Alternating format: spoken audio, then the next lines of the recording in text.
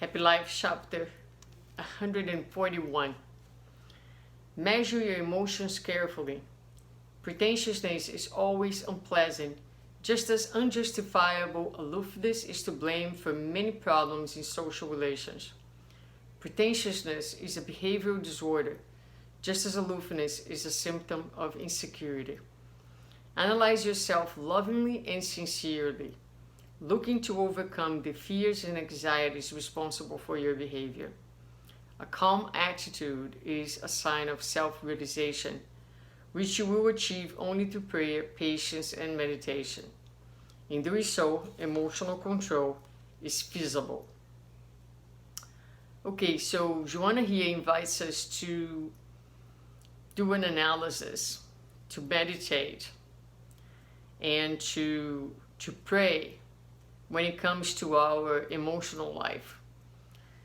We can be, quite frankly, very proud, pretentious, and have a number of other unpleasant behaviors, which doesn't mean that we are bad per se.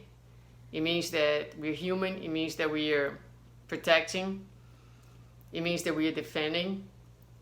It means that we are trying to make up for a lot of times a sense of lack, a deep sense of insecurity, of feeling small, of feeling inadequate, whatever it might be. So that's why it's so important first to recognize the presence of those behaviors. As she says, those are behavioral disorders, behaviors that they point out their symptoms for something deeper that requires attention. But in order to attend to what needs to be attended, first we need to recognize the presence of the behavior in us.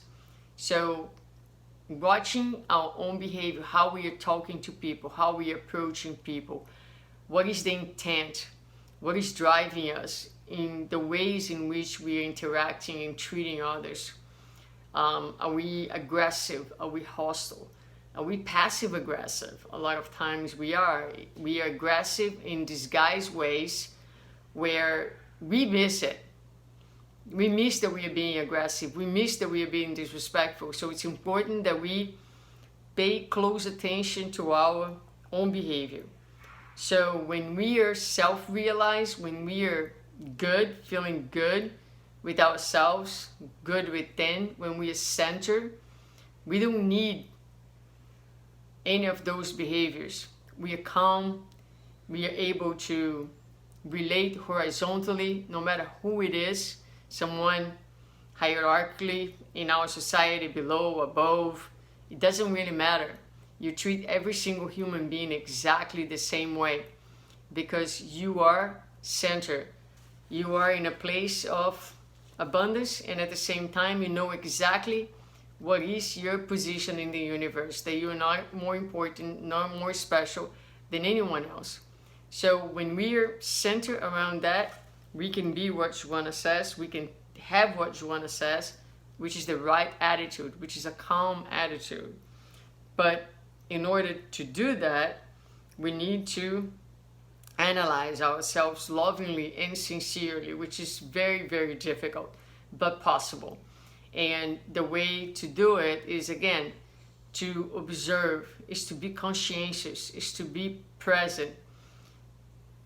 The way I spoke, the way I treated this person, does that make sense? What was that about? Why was I so out of control? Why did I have to scream? Why did I have to put that person down? Why am I being so arrogant? Why am I coming out so superior? So we need to be able to ask ourselves these questions, not to crucify ourselves, but if we don't recognize the behavior in ourselves, then there's nothing to be changed, there's nothing to be transformed, there's nothing to be overcome. So first thing is the importance of identifying these behaviors, and second, to lovingly seek to understand, as she says here, sincerely, with honesty, emotional honesty. What is the fear? What is the anxiety? What is responsible for that behavior? And in doing so, by taking this practice, we're gonna little by little have more control of our emotions, not from outside in, but from within, from inside out. In other words, they're going to be controlled because we're going to be more centered, because we're going to be healed within, and we're not going to need to become bigger by adopting these disorderly behaviors.